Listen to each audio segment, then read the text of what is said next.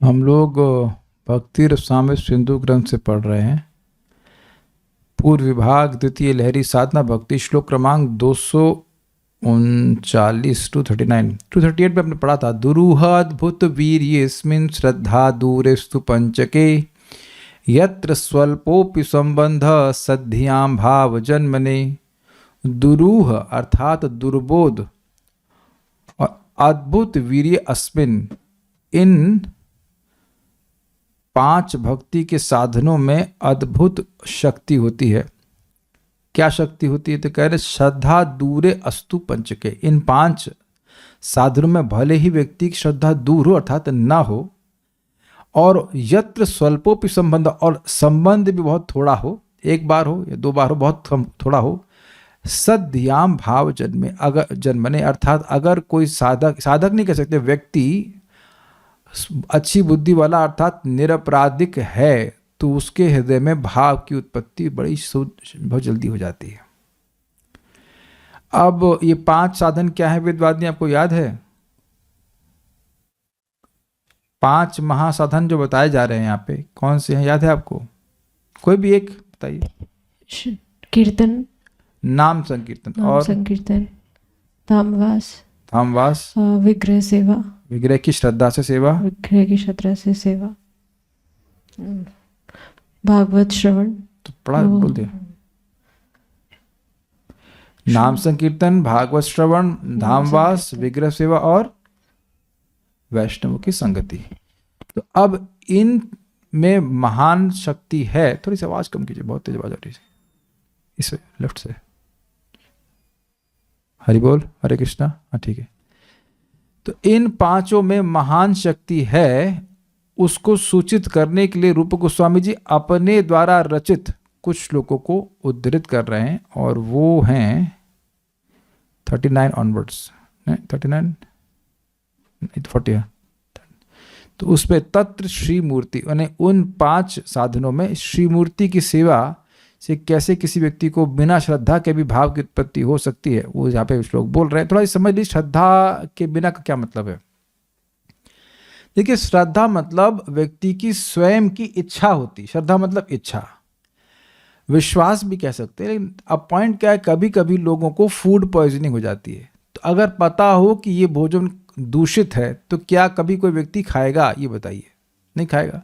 तो वहां पे अश्रद्धा मतलब वो तो भोजन को ऐसे ग्रहण कर लिया, लेकिन उसमें कुछ दूषण है जिसकी वजह से व्यक्ति को रोग हो जाता है, और वो कभी कभी 1 बार खाने से भी हो जाता है कि नहीं? कहीं होटल में गए, कुछ खाया, खा लिया, उसके बाद वो तो किसी और उद्देश्य से खाया था, उसकी श्रद्धा बीमार होने के संबंध में तो नहीं है, वो खा लिया तो बीमार हो गया। उसी प्रकार से भक्ति के जो 5 साधन है, अगर कोई व्यक्ति निरपराधी है, उसका चित्त निरपराध अपराध से रहित है, तो उस पर तुरंत कार्य करेगा। इसलिए अश्रद्धा नहीं रखनी चाहिए। मतलब हम ये प्रायः होते हुए नहीं देखते हैं कि एक ही बार भगवान के नाम सुना या एक ही बार भक्तों की संगत किया तो भक्ति प्राप्त हो गई या भाव भक्ति प्राप्त हो गई, क्योंकि प्रायः सभी के अपराध होते हैं, अपराध का संस्कार होता है। लेकिन जिसका अपराध का संस्कार नहीं है, उसको बहुत त्वरा से, बहुत तीव्रता से रिजल्ट मिलेंगे। उसी के उदाहरण यहाँ पे दे रहे हैं, अपने श्लोकों ने खुद रचित किए हैं। स्मेरां भंगित्रय परिचितां साचि विस्तीर्ण दृष्टिं। बोलिए। स्मेरां भंगित्रय परिचितां साचि विस्तीर्ण दृष्टिं।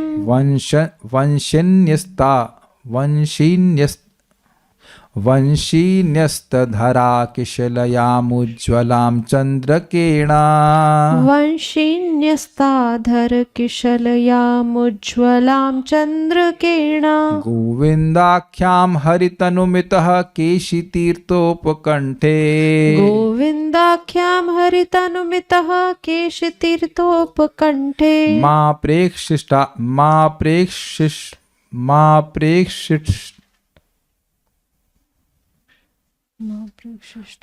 प्रेक्षिष्ठास्तव यदि सखे बंधु संगे स्थिरंगः। मा प्रेक्षिष्ठास्तव यदि सखे बंधु संगे स्थिरंगः। बोलिए। स्मेरां भङ्गित्रयपरिचितां साचि विस्तीर्ण दृष्टिं स्मेरां भङ्गित्रयपरिचितां साचि विस्तीर्ण दृष्टिं वंशीन्यस्ताधर किशलयामुज्ज्वलां चन्द्रकिरणां वंशीन्यस्तधरा किशलयमुज्ज्वलां चन्द्रकिरणा गोविन्दाख्यां हरितनुमितः केशितीर्थोपकण्ठे गोविन्दाख्यां हरितनुमितः केशितीर्थोपकण्ठे मा प्रेक्षिष्ठास्तव यदि सखे बन्धुसङ्गे स्थिरङ्गः मा प्रेक्षिष्ठास्तव यदि सखे बन्धुसङ्गे स्थिरङ्गः। अनुवाद। श्रद्धा रहित अपराध शून्य व्यक्ति के लिए अति अल्प संबंध भी भावोत्पत्ति का कारण होता है। इसका उदाहरण प्रस्तुत करते हैं। श्री मूर्ति के संबंध में, हे सखे, यदि तुम्हें बंधु बांधव के साथ आनंद करने की इच्छा हो तो केशी घाट के समीपवर्ती हंसमुख त्रिभंग विराजमान विशाल नयन वंशी में स्थापित अधर पल्लव मयूर पुच्छधारी श्री गोविंद मूर्ति का दर्शन न करना। अब देखिए, ये बात ऐसा लग रहा है कि भगवान के विग्रह की निंदा की जा रही है। बड़ा खतरनाक है भाई ये। अगर परिवार वालों के संग रहना है प्रेम से तो भगवान को मत देखना, लेकिन ये इसे कहते हैं व्याज स्तुति। व्याज मतलब बहाना, निंदा के बहाने से व्यक्ति स्तुति कर रहा है। तो कहना तो ये चाहते हैं कि अगर चाहते हो कि घर परिवार की अमंगल आसक्ति कटे तो गोविंद को बार बार देखना, लेकिन बोलना क्या चाहते हैं? देखो भाई, अगर आप चाहते हो घर परिवार में आनंद लेते रहो तो भगवान को बिल्कुल मत देखना। इतना आकर्षक है कि मन को खींच लेंगे। सखे, हे मित्र, यदि तव बंधु संगे, यदि तुम्हें मित्र संग में रंग आनंद करने की इच्छास्ती हो तो इत यहाँ केश तीर्थ उपकंठे, केशी घाट के समीपवर्ती स्मेराम, हंसमुख में हंसते हुए, भंगी त्रय परिचिताम, तीन भंगिमाओं से सुशोभित, अर्थात भगवान तीन जगह से जो टेढ़े हैं उसे त्रिभंग कहते हैं। त्रिभंग ललित स्वरूप है भगवान श्री कृष्ण का, उसको। और साथ ही साची विस्तीर्ण दृष्टि, तिरछी एवं विशाल दृष्टि युक्त। भगवान की आंखें बहुत बड़ी हैं और उनकी साइड लॉन्ग ग्लासेस हैं। वंशी न्यस्त अधर किशलयाम, कली जैसे कोमल अधर में स्थापित वंशी, यानी भगवान की जो वंशी है वो भगवान के सुंदर होठों पे है, और वो होठ जो है वो कली जैसे कोमल है और उसको। और चंद्र केणा, मोर पंख के चंद्रक से विभूषित, मतलब जो मोर पंख भगवान धारण करते हैं वो चंद्रमा के समान लग रहा है, ऐसे मोरपंख से विभूषित। गोविंद आख्याम उज्ज्वलाम हरितनुम, गोविंद नाम वाली, मतलब जिनको गोविंद कहते हैं, उज्ज्वल हरि के विग्रह को मां प्रेक्षिष्ठा नहीं देखना चाहिए। समझ में आया श्लोक? स्मेराम, हंसते हुए, भंगित्रय परिचिताम, जो त्रिभंग ललित स्वरूप हैं, साची विस्तीर्ण दृष्टि, जिनकी दृष्टि बहुत विस्तार से, आंखें बड़ी बड़ी हैं और दाई तरफ मतलब साइड में देख रही हैं। वंशी न्यस्त धरा किशलम उज्ज्वलाम चंद्र किरणा, वंशी उनके कोमल कली जैसे कोमल होठों पर न्यस्त है, स्थापित है, और उज्ज्वलाम चंद्र किरणा, जो मोरपंख है वो चंद्र के समान उज्ज्वल दिख रहा है भगवान के। ऐसे गोविंद आख्याम, ऐसे गोविंद के नाम से जाने जाने वाले हरि तनु, हरि के विग्रह को इतः, यहाँ इस केशी तीर्थ के पास में, निकट में, मां प्रेक्षिष्ठा नहीं देखना चाहिए तुमको। क्यों? तब मतलब नहीं देखना चाहिए। यदि सके, हे मित्र, यदि तुमको बंधु संगे स्थिरंग, तुमको अपने बंधु बांधवों में आनंद लेने की इच्छा है तो भगवान को देखने मत जाना। पर कहने का मतलब ये है कि अब व्यक्ति की श्रद्धा क्या है? अपने परिवार में आसक्त होने की, परिवार में आनंद लेने की। तो कहने के तुम गलती से भी चले गए तो अब तुम्हारी आसक्ति समाप्त हो जाएगी, ये कह रहा है। तो यहां सूचित हो रहा है कि श्रद्धा नहीं हो, फिर भी गलती से भी भगवान को देख लिया तो तुम्हारी आसक्ति खत्म हो जाएगी। Is it okay? परिवार में तुम्हारा मन अब नहीं लगेगा।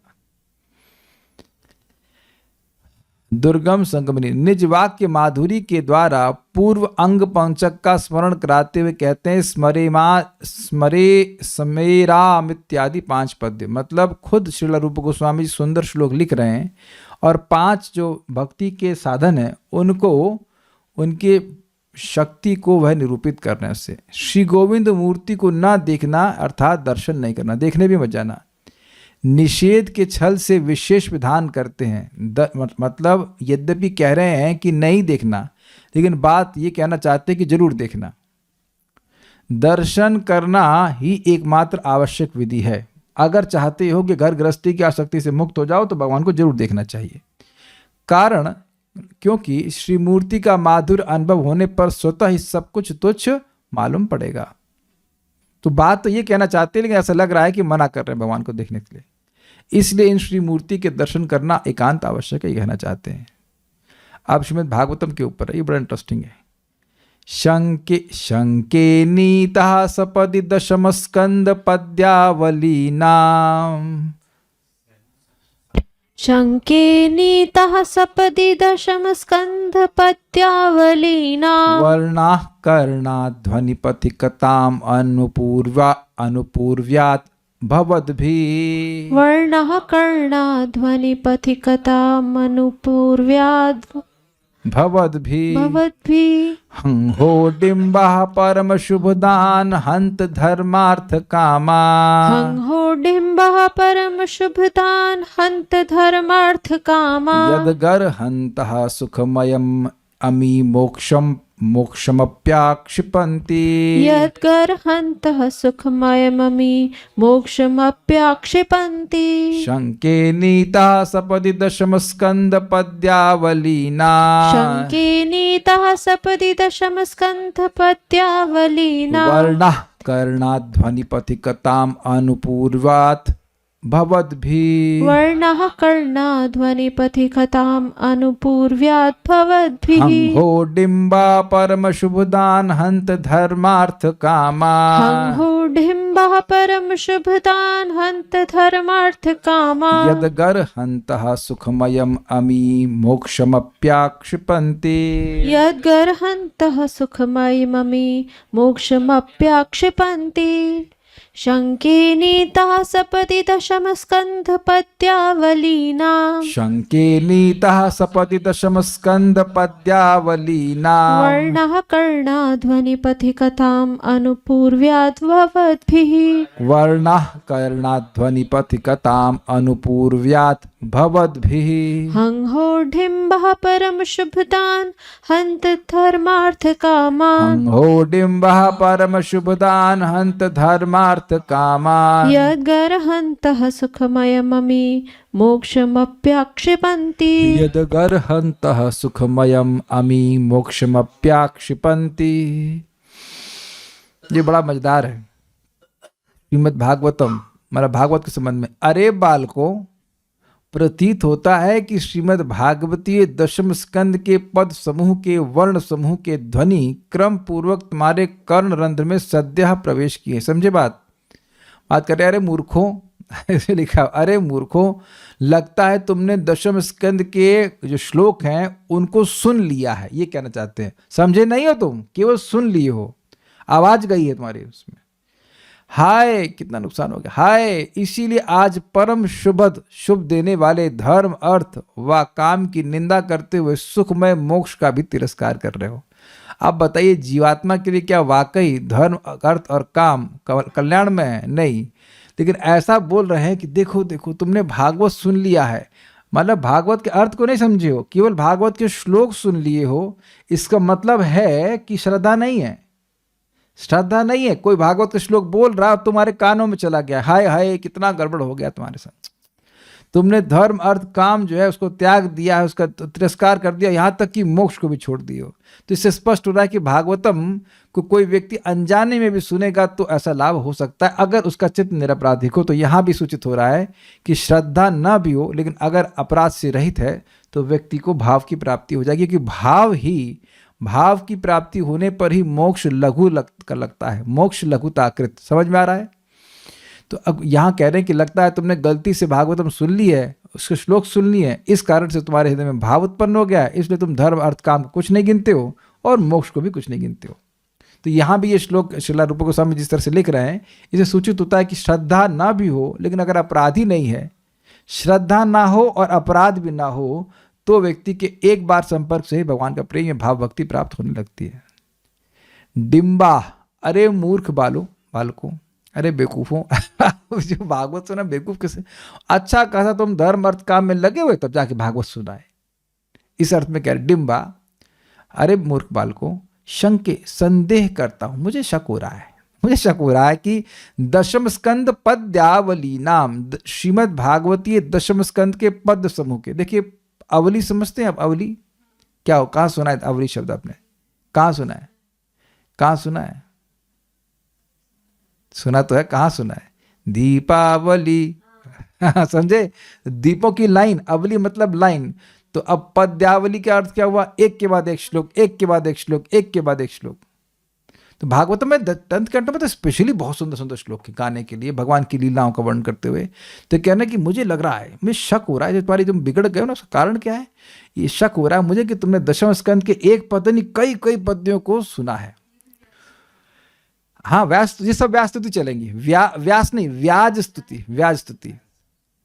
और श्लोक के वर्णध्वनि मतलब वर्णों की ध्वनि को सुना है तो उसके अर्थ को नहीं समझे हो। अगर दशम स्कंद के श्लोक को कोई बोल दे यहाँ पे, तो आप केवल शब्द सुनेंगे ना, तो रोज ही सुनते हैं, पहले श्लोक बोलते हैं तो अर्थ नहीं समझ में आता है, लेकिन पहले वर्ण ध्वनि कान में जाती है कि नहीं जाती है। अभी हम ये श्लोक जब गा रहे थे तो क्या सब लोग समझ रहे थे तुरंत, आप सुन रहे थे, इसी को कह रहे हैं कि तुम्हारे कानों में दशम स्कंद के पद्यावली के वर्णों की ध्वनि प्रवेश कर रही है, तुम अर्थ नहीं समझ रहे हो, मूर्ख हो ना, अर्थ नहीं समझ रहे हो, लेकिन केवल आवाज गई है। और अनुपूर्व्यात, क्रम पूर्वक एक के बाद एक के बाद तुम्हारे कान में डाला गया है श्लोक।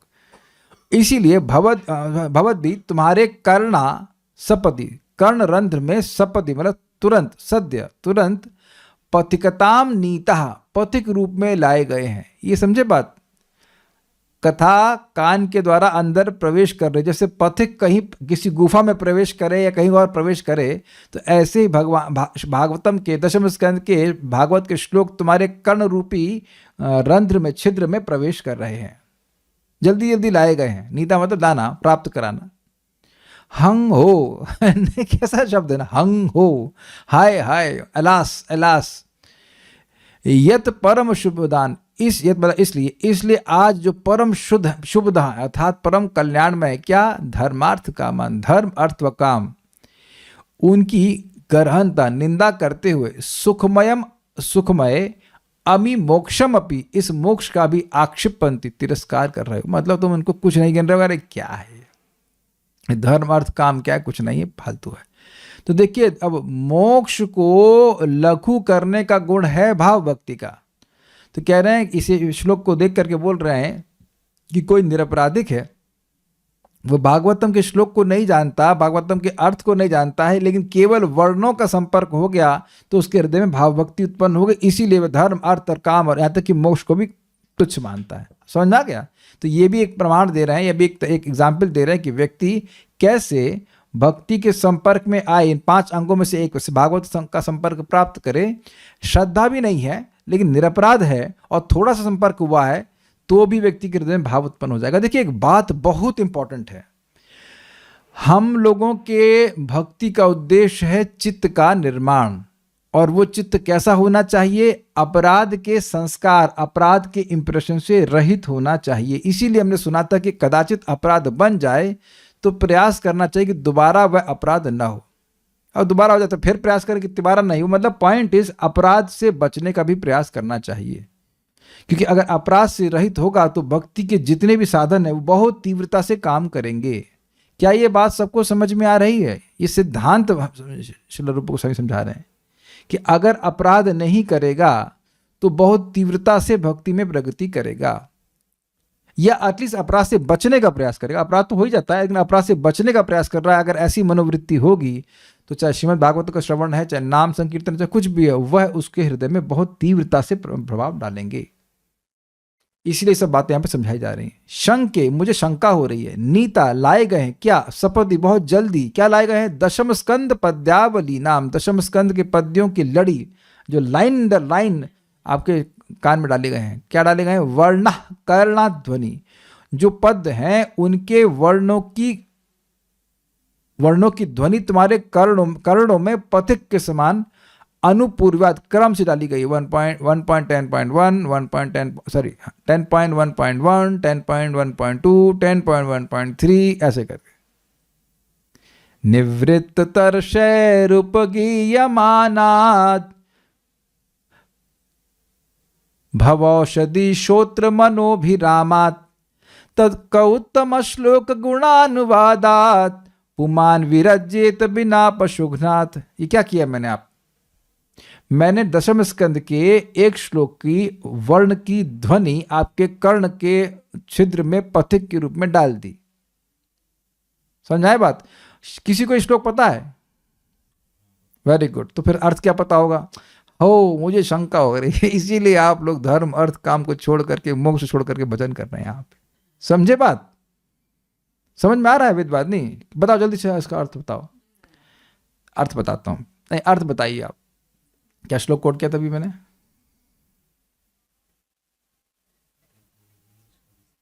नहीं, कथित वंश तो विस्तारो नहीं, 10.1.1 नहीं, अभी तो दूसरा श्लोक है। अभी श्लोक शुरुआत कैसे करी थी?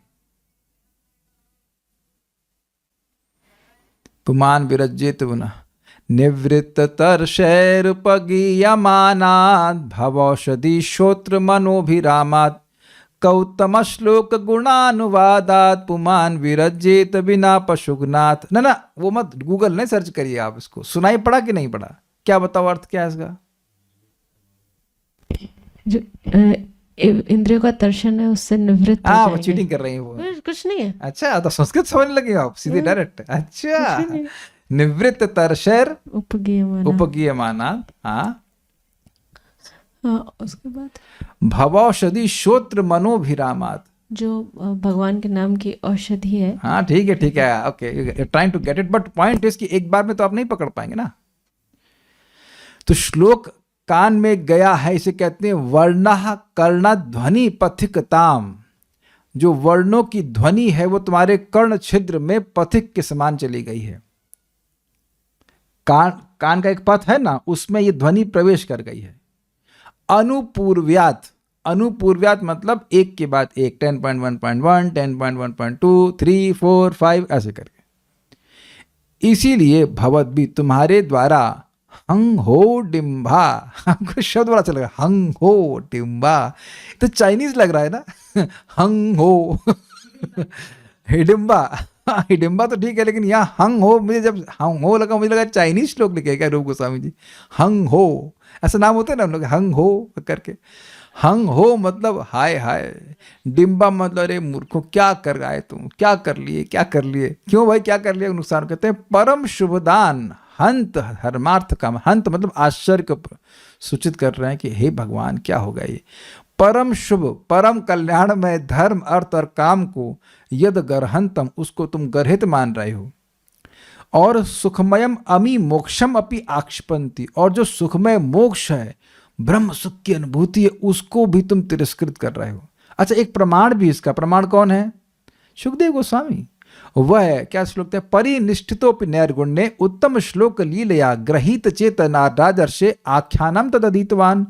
एक बार वो भागवतम का श्लोक सुने और उनका मन खिंच गया भगवान की तरफ। तो ये तो प्रमाण है ना हमारे पास। ऐसे भी भक्त लोग हैं जिन्होंने एक, भाई अपराधी थे नहीं, ब्रह्मज्ञानी थे, अपराधी तो नहीं कर रहे थे किसी के प्रति, तो एक बार भी सुने और थोड़ा सा सुने और तुरंत आकृष्ट हो गए। एक प्रमाण भागवत में भी है, आप ढूंढ सकते थे प्रथम स्कंद में, सत्संगात मुक्त दुस्संगो, ऐसे करके श्लोक सुना होता है कि सत्संग में आए और दुसंग से मुक्त हो, गलत आचरण से दूर रहे। तो एक बार भी भगवान श्री कृष्ण की लीला को सुनता है तो उसको त्यागने में वह समर्थ नहीं हो पाता। तो दिखा रहा है कि भक्ति आ जाती तभी ना ऐसा हो रहा है। सत्संगात मुक्त दुसंगो करके श्लोक है, तो प्रमाण भी है। उसको यहाँ पे बोल रहे कि भागवतम का श्लोक इस प्रकार सुनने से व्यक्ति आकृष्ट हो सकता है। 1 कैंटो में लिखे ओके, दुर्गम संगमनी क्या प्रमाण दिखा देता हूँ। दिस इज 1.10.11-12 सत्संगान्मुक्त दुःसंगो हातुम नोत्सहते बुधः कीर्तमानम यशो यस्य सकृदाकर्ण रोचनम। सत्संग में, सत्संग के कारण जिसका दुसंग से जो सत्संग के द्वारा दुसंग से मुक्त हो गया है, भक्तों की संगत में आ रहा है, अब बुरा संग में नहीं जा रहा है। हातुम नोत्सहते बुधा कीर्तमानम यशो यस्य, जिन भगवान के यश को जब गाया जा रहा है, उसको जो सुन रहा है, एक बार भी कानों से सुन लिया है, उसको उसमें रुचि हो गई, तो अब उसको छोड़ना नहीं चाहेगा। ये बात बोल रहे हैं सुखदेव गोस्वामी, सूत गोस्वामी जी बोल रहे हैं। सुखदेव गोस्वामी बोल रहे हैं, हाँ सुखदेव गोस्वामी तो प्रथम में बोले नहीं, सूत गोस्वामी जी बोल रहे हैं। दुर्गम संगमिनी शंके नीता पद्य उपालंब व्याज स्तुतिमय अलंकार से रचित हुआ है। उपालंब मतलब शिकायत, ये कर रहे ना शिकायत, अरे तुम क्या कर रहा है भाई, भागवत सुन के क्यों आ गए, तो शिकायत कर रहे हैं, लेकिन शिकायत के बहाने से, व्याज मतलब बहाने से स्तुति हो रही है। ये समझ में आया आपको? अच्छा, ये श्लोक लग रहा है कि शिकायत हो रही कि नहीं हो रही? अरे मूर्खों, क्या कराए तुम, क्यों क्या कराए भाई, भागवत सुनाए तो आओ, काहे भागवत सुन के आए, कौन बोला तुमको भागवत सुनने के लिए? तो अब इस तरह से शिकायत कर रहे हैं, लेकिन शिकायत के द्वारा स्तुति कर रहे हैं। ठीक है, प्रस्तुत क्या लग रहा है, शिकायत कर रहे हैं, लेकिन वास्तविक रूप से वह स्तुति कर रहे हैं कि भागवत को सुनकर प्रति जब किसी की रुचि हो जाएगी, तो अब मोक्ष की तरफ भी ध्यान नहीं देगा। तव विक्रीडितम कृष्णा नृणाम परम मंगलम कर्ण पीयूषमास्वाद्य त्यजन्ति अन्न स्पृहाम जना। हे कृष्ण, आपकी लीला कथा इतनी मादक है कि एक बार भी कान से इसका आस्वादन कर लेने पर व्यक्ति अब और किसी चीज की इच्छा नहीं करता है। धर्म, अर्थ, काम, मोक्ष सब त्याग देता है, सारी इच्छा त्याग देता, कथा की इच्छा को नहीं त्याग पाता। तो प्रमाण भागवत से। तो यहाँ उपलम्ब के छल से स्तव किया गया। अपालंब मतलब होता है शिकायत के छल से स्तव किया गया है। देखिए, काव्य होना ही इसी प्रकार का चाहिए। अगर सीधा सीधा बोल जाएंगे तो काव्य में मजा नहीं आएगा, तो कविता में मजा नहीं आएगा। कविता थोड़ी होनी ही चाहिए इस प्रकार से घुमावदार। नोट, जब कवि उपालंब अर्थात उल्हाना या शिकायत के रूप में कथन करता है, परंतु उस कथन से वास्तविक उद्देश्य स्तुति यानी प्रशंसा व्यक्त करना होता है, तब वहां उपालंब व्याज स्तुतिमय अलंकार होता है। व्याज मतलब बहाना, उपलम्ब मतलब शिकायत, शिकायत के बहाने से स्तुतिमय अलंकार। ठीक है, ये अलंकार समझते हैं? मतलब अलम मतलब पर्याप्त और कर्ण मतलब कर देना। तो अलंकरण मतलब उसी से अलंकार आया, जिसको कर देने से, जिसको जोड़ देने से, उसकी प्राप्ति हो जाने से चीजें बड़ी सुंदर लगती हैं, अच्छे प्रकार से सुंदर लगती हैं, कंप्लीटली सुंदर लगती हैं, इसी को अलंकार कहते हैं। श्लोक युगल 1.2.239 और 1.2.240 में अप्रस्तुत प्रशंसा अलंकार है। जो हमको बात समझ में आई है वो ये है कि आपके सामने प्रस्तुत क्या है, शिकायत, लेकिन प्रशंसा अप्रस्तुत है। इस श्लोक में आप देख रहे हो कि आपके सामने प्रेजेंटेड क्या है, शिकायत कि काहे भागवत सुन के आए। अगर वो कहते हैं कि भागवत कितना सुंदर ग्रंथ है, तो ये होगा प्रस्तुत प्रशंसा। लेकिन अप्रस्तुत प्रशंसा होगी जिसमें लग रहा है कि शिकायत कर रहे हैं, लेकिन कर रहे हैं प्रशंसा। देखिए, उल्टा तो आपने सुना ही होगा, हाँ भैया आपसे बड़ा बुद्धिमान तो कोई है ही नहीं। तो यहां प्रस्तुत स्तुति है, वेदवादी बोल लीजिए, प्रस्तुत निंदा है कि प्रस्तुत स्तुति है? निंदा है। फिर से, हाँ भैया आपसे बड़ा तो बुद्धिमान कोई है नहीं। तो यहाँ पे प्रस्तुत प्रशंसा है कि प्रस्तुत निंदा है? निंदा हो रही है प्रभु जी, आपसे तो बुद्धिमान, हाँ भैया आपसे बड़ा बुद्धिमान तो कोई है नहीं। तो यहां प्रस्तुत प्रशंसा है कि प्रस्तुत निंदा है? तो सही बोला है भक्त ने, प्रस्तुत तो प्रशंसा है, हाँ भैया आपसे बड़ा तो कोई बुद्धिमान है नहीं, लेकिन अप्रस्तुत निंदा है। अप्रस्तुत। और देखिए, इसको आपने कैच किया होगा, प्रभु जी आप टॉन्ट से क्यों बोल रहे हैं? बुद्धिमान आपसे बड़ा तो मतलब बोल रहे हैं आपसे बड़ा बुद्धिमान कोई नहीं है, लेकिन वो कहना चाहते हैं कि आप बेवकूफ हैं। आप समझ में आया? बिल्कुल अपोजिट। तो यहां पे शिकायत कर रहे, काहे भागवत सुन के आए, अच्छा वाला थे तो धर्म अर्थ काम कर रहे थे, उसको तुम डिस्टर्ब कर दिए। लेकिन ये भागवत की महिमा का वर्णन कर रहे हैं। उम्मीद है कि बात समझ में आ रही होगी। देखो, अगर घर परिवार में आसक्त रहना चाहते हो भाई, तो जाकर भगवान को बिल्कुल मत देखना। तो ऐसा भगवान की निंदा कर रहे हैं ना, भगवान इतने खतरनाक है भैया कि तारी सारी आसक्ति खत्म कर देंगे। लेकिन तो ये प्रस्तुत निंदा है, लेकिन एक्चुअली अप्रस्तुत प्रशंसा है। प्रस्तुत निंदा है पर वैसे अप्रस्तुत प्रशंसा है, नॉट डायरेक्ट प्रेज। प्रस्तुत means which is presented before you. इसीलिए तो कल हम उसको पढ़ा नहीं रहे थे, पर समझ ही नहीं आया क्या बोले अप्रस्तुत प्रस्तुत करके। और ये भी टीका पूरी नहीं दे रहा हूं मैं, जितना समझ में आया उतना से निकाल करके आप लोग को दे रहा हूं। नहीं, यहां पर दिखा रहे हैं कि निंदा कर रहे हैं, लेकिन अप्रकट रूप से वह प्रशंसा कर रहे हैं। यहां पर श्रीमूर्ति व श्रीमद् भागवतम को प्रस्तुत करके विशेष प्रस्ताव किया गया है। अप्रस्तुत प्रशंसा मुख से निकल गया अब तो अलग बात है, सुधार के ग्रहण कर लीजिएगा। यह तात्पर्य महिम ज्ञान का कारण हुआ। अब कहें ये क्या बोल गए, बात क्या है? जब कोई हम 2 श्लोकों में भगवान की निंदा और भागवतम की भी निंदा सुन रहे हैं, लेकिन भगवान की महिमा और भागवतम की महिमा का ज्ञान होने के कारण तात्पर्य प्रशंसा के रूप में इसलिए ग्रहण करना होगा। स्पष्ट रूप से बोल रहे हैं कि भगवान को देखने मत जाना। भागवतम को तुम्हें काहे सुन लिए, भागवतम को नहीं सुनना चाहिए था। ये स्पष्ट बोल जरूर रहे हैं, और लेकिन क्योंकि भगवान की महिमा हमें पता है और भागवतम की महिमा हमको पता है, इसलिए समझ में आ रहा है कि जो कवि हैं श्रील रूप गोस्वामी जी, वह भगवान की और भागवतम की महिमा बोल रहे हैं, ना कि उनकी निंदा कर रहे हैं।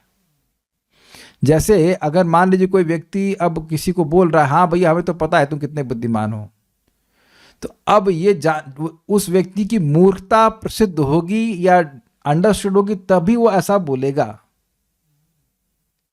तभी उसको इस रूप में ग्रहण किया जाएगा कि वह व्यक्ति मूर्ख है, जबकि बोला जा रहा है कि आप तो बड़े बुद्धिमान हैं।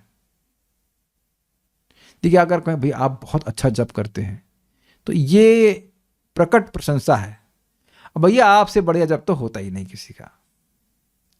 तो अब आप समझ रहे हैं, स्वाभाविक सी बात है कि कोई ट्रेनर किसी डिवोटी को डांटेगा कि जो जब से ठीक ना कर, जब से एग्जाम्पल देता हूं महाप्रभु का।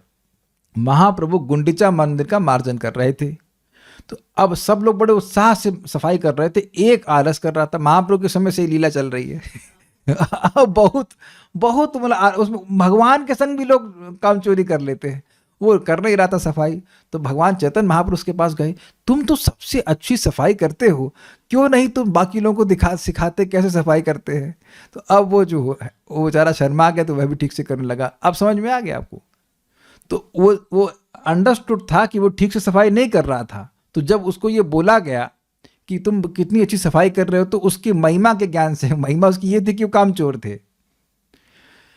तो महाप्रभु के कहने का तात्पर्य समझ में आ गया। देखिए, आप सिंपल अगर किसी को बोले प्रभु जी you are a very sincere devotee, तो अब वो व्यक्ति सिंसियर होगा तो सिंसियर ही बोल रहे हैं आप। Is it not? Normally don't use this word to do व्याज स्तुति या व्याज निंदा। क्या आप लोग मेरी बात स्वीकार करें? कभी किया आपने प्रभु जी आप बहुत सिंसियर डिवोटी हैं, तो we just normally use this word in a literal sense, normal way में। हाँ, प्रकट स्तुति क्या होता है। कभी कभी हम लोग कहते हैं भैया आपसे अधिक सीरियस तो कोई नहीं है, बहुत सीरियस हैं आप, सबसे अधिक सीरियस हैं आप। कई बार ऐसा करते हैं, लाइक दैट। ऐसे टॉन्ट बहुत अच्छे लगते हैं, भगवान को देखना पर मत देखना, नहीं तो परिवार वालों के नहीं रहोगे। हाँ, समथिंग ऑफ दैट। व्याज मीन्स प्रस्तुत नहीं, व्याज मतलब होता है बहाना।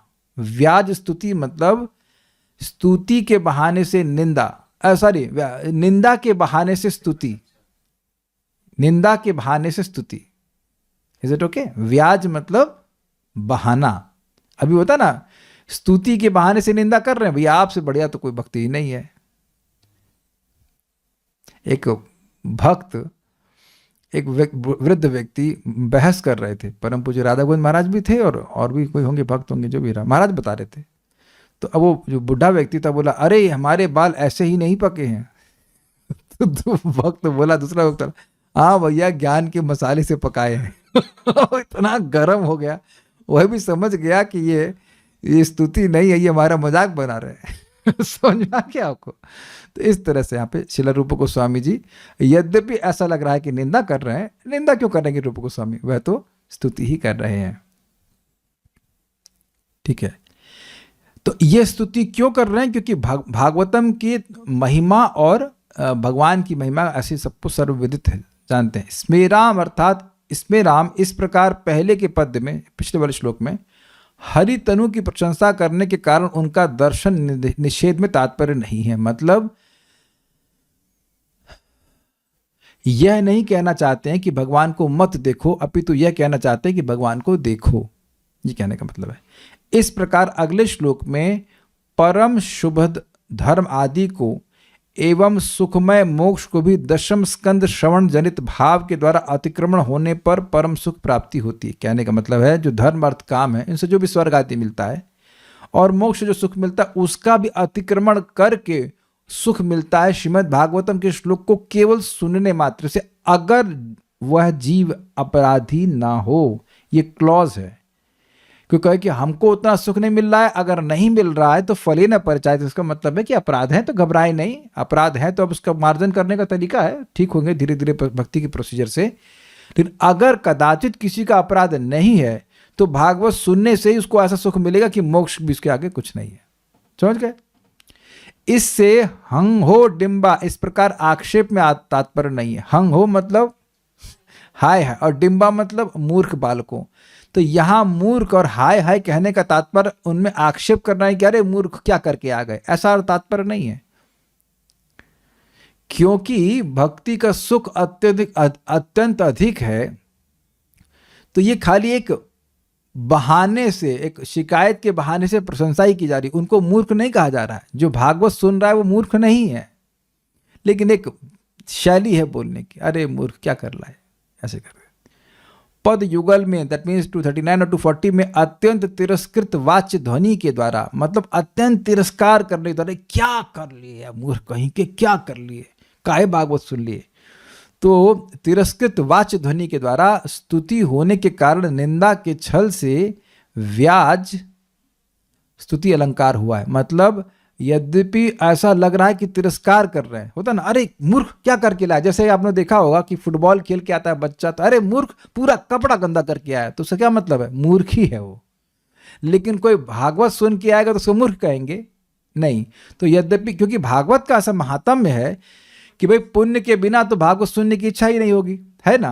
तो कहना है कि यद्यपि बोल रहे हैं किसी व्यक्ति को कि अरे मूर्ख तू भागवत क्यों सुन के आया, लेकिन वो वहां उसको मूर्ख कहने का तात्पर्य नहीं है। इट डजंट, तात्पर्य मीन्स पर्पट, इंटेंशन, भाव। तो ये केवल शिकायत के बहाने से स्तुति ही हो रही है। अर्थ रत्नाल्प दीप का डिम्बा शब्द श्रद्धा के अभाव को सूचित करता है। मतलब डिम्बा मतलब मूर्ख, तो मूर्ख को तो पता नहीं कि भागवत की महिमा क्या है। जो जिसको भागवत में श्रद्धा है वह तो योजना बनाकर भागवत सुनेगा। तो यहाँ पे डिम्बा शब्द सूचित करता है कि उसका श्रद्धा का अभाव है, उसको पता नहीं भागवत क्या होती है, बैठ गया सुनने, बैठ गया, अब जो है वो उसके प्रति आसक्त हो रहा है। तो यही जो पॉइंट है वो समझाया जा रहा है कि श्रद्धा ना भी हो और थोड़ा सा भी संबंध हो, लेकिन अगर व्यक्ति निरपराधिक है तो उसका भाव की उत्पत्ति हो जाएगी। भाव उत्पत्ति हो जाने के कारण ही मोक्ष तिरस्कृत लगता है। ये बात समझा रहे हैं।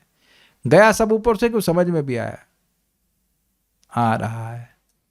हमें तो लगता है नींद भी आ रही होगी, सुबह सुबह उठ कर। आजकल तो बहुत जल्दी भक्त उठ जाते हैं। घबराइए मत, हम 2 श्लोक लेंगे, अगला श्लोक फिर हम कल 3 श्लोक लेना, इतनी जल्दी नहीं करेंगे। बट एक ये बहुत सूक्ष्म पॉइंट है, थोड़ा समझने वाली होगी। मूर्ख को तो ज्ञान नहीं होता है कि क्या सुन रहा है। तो जिसको भागवत में श्रद्धा है, जैसे आप लोग श्रद्धा से आए हैं कि ऐसे आगे गलती से, श्रद्धा से कि क्या टॉपिक पढ़ाया जाएगा, भागवत पढ़ाई जाएगी, तो इसको श्रद्धा कहते हैं।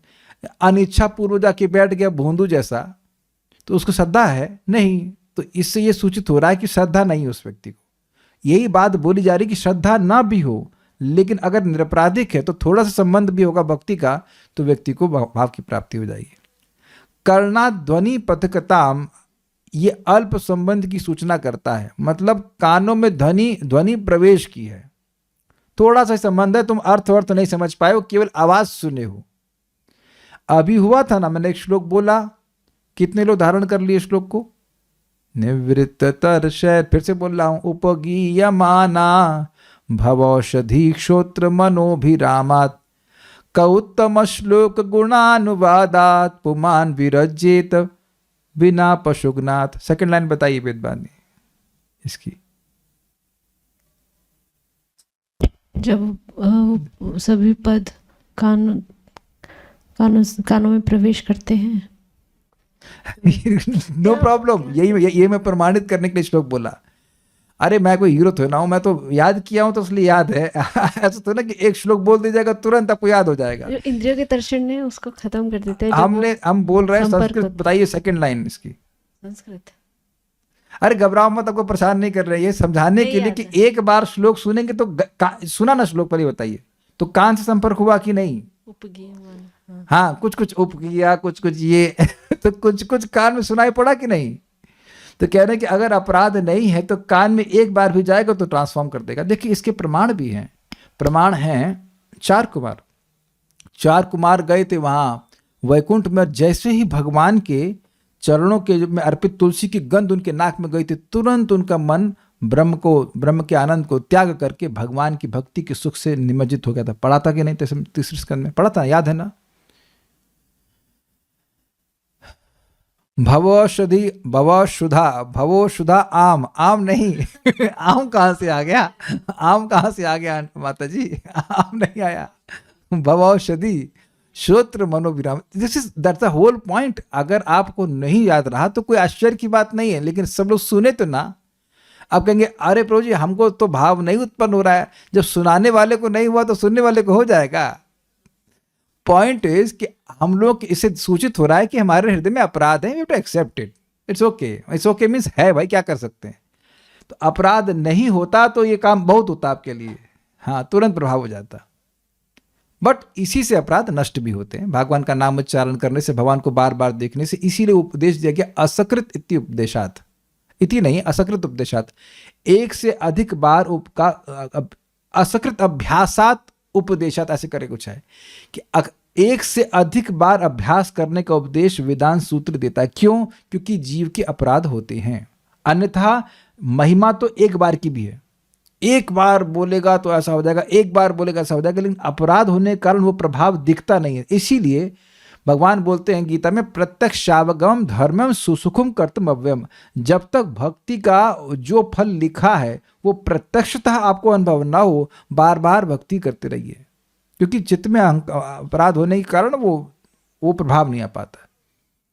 लेकिन यहां बोलने करना ध्वनि पथकता मतलब अल्प संबंध को सूचना करता है कि थोड़ा सा तुम उस शब्द को सुने हो और तुम्हारा मन परिवर्तित हो गया और मोक्ष को आक्षेप कर भगवत भाव प्राप्ति सूचित हुई है। मतलब तुम मोक्ष की भी निंदा कर रहे हो।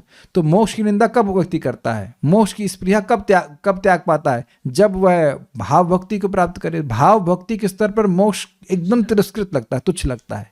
उससे पहले विवेक के द्वारा भले मोक्ष को ना चाहे, लेकिन वो ये नहीं कह सकता कि मोक्ष के बराबर सुख उसको भक्ति की लोअर स्टेज से मिल रहा है। नहीं, ऐसा नहीं होता है। लेकिन भाव भक्ति के स्टेज पे इतना सुख मिलता है कि मोक्ष को वह तुच्छ मानता है। तो यह सूचित हो रहा है कि उसके हृदय में भाव की उत्पत्ति हो रही है। श्लोक समझ में आ रहा है? देखिए श्लोक हमारे जो पॉइंट चल रहा है वो ये है पॉइंट कि इन 5 साधनों में अद्भुत शक्ति है, दुर्बोध शक्ति है और श्रद्धा दूरेस्तु। श्रद्धा नहीं भी हो और थोड़ा भी संबंध हो तो निरपराधिक व्यक्ति के हृदय में भाव की उत्पत्ति हो जाती है। इसी बात को समझाने का प्रयास कर रहे हैं रूप गोस्वामी जी। भक्ति सार प्रदर्शनी। कर्ण कुहर, कर्ण के छेद में शब्द ही प्रविष्ट हुआ है किंतु शब्द का अर्थ ज्ञान नहीं हुआ है। वर्णा ध्वनि, वर्णों की ध्वनि ही प्रवेश की है। जैसे अभी मैं बार बार एक श्लोक को बोल रहा हूं दशम स्कंद का, जिसमें केवल वर्ण कानों में प्रवेश कर रहे हैं, आपको अर्थ नहीं समझ में आ रहा है। ये बात बोल रहा है। देखिए ये होता क्या है, ये सब बात समझना से व्यक्ति जब भागवतम सुनेगा तो उसको महत्व को समझेगा। अगर सोच रहा है कि कुछ बस बात हो रही है और हम कुछ और भी बात कर सकते हैं, तो यही अपराध बन जाता है।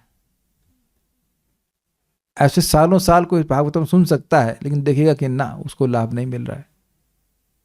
इतनी शक्ति है इनमें कि अगर व्यक्ति थोड़ा सजग होकर, निरपराध होकर के सुनेगा तो प्रभाव आएगा। लेकिन क्योंकि प्रायः लोग इस प्रकार के आदर बुद्धि से युक्त नहीं होते हैं, तो बहुत समय तक सुनने के बाद भी प्रभाव उनको कम दिखता है। कुछ बोल रहे थे आप? प्रविष्ट कर्ण रंधेना इत्यादि, ठीक है। अभी हैंड मत रेस कीजिए, अभी कोई प्रश्न नहीं करना है। हे डिम्बा अर्थात अज्ञ बालकों, कारण, अज्ञ मतलब मूर्ख बालकों, जानते नहीं थे, कारण भागवतीय वर्ण को सुनकर धर्मादि की निंदा करते हुए सुख में मोक्ष के प्रति भी आक्षेप करते हो। तुमको ज्ञान नहीं कि मोक्ष कितना अच्छा है, लेकिन तुम भागवत के श्लोक सुन लिए और अब सब मति तुम्हारी डिस्टर्ब हो गई है, तुम कुछ जानते नहीं हो। तो इतना तो हमने 2 श्लोकों को लिया है, आप इसकी थीम को समझ गए होंगे। अब बाकी 3 श्लोक भी रेडी हैं, आज नहीं पढ़ाऊंगा, उसको कल पढ़ाएंगे। एक बार इनको फिर से पढ़ लीजिएगा। हाँ, ये टॉन्ट ही कर रहे हैं कि क्या तुम मोक्ष की निंदा कर रहे हो। ओके, तो श्लोक ही नहीं पता है और ना श्लोक समझ आया है, फिर कैसे समझ आया कि मोक्ष आदि में सुख नहीं? अच्छा, रसगुल्ला कैसे बनता है? जिन्होंने प्रश्न किया, रसगुल्ला बनाती हैं आप? रसगुल्ला बनाना आता है आपको? नहीं आता। खाना आता है? टेस्ट करना आता है? अगर जॉइंडिस नहीं है तो रसगुल्ला तो एक बार में पकड़ लेगा कि नहीं? कितने लोगों को जॉइंडिस है यहाँ पे? हाथ खड़ा कीजिए। नहीं है किसी को। तो अगर किसी को ये दिया जाएगा, ग्रेप जूस दिया जाएगा, तो कितना समय लगेगा आपको उसको पकड़ने में कि बड़ा अच्छा है ये? और ग्रेप जूस में क्या विटामिन होता है? डी होता है, सी होता है, ई, कुछ नहीं ना। तो ये भागवतम है ही इस प्रकार से आस्वादनीय। सताम प्रसंगाद मम वीर संविदो भवंति हृत कर्ण रसायन कथा। कानों के लिए रस का आयन होता है। जब कान से भागवतम के शब्दों को सुनते हैं तो बड़े अच्छे लगते हैं।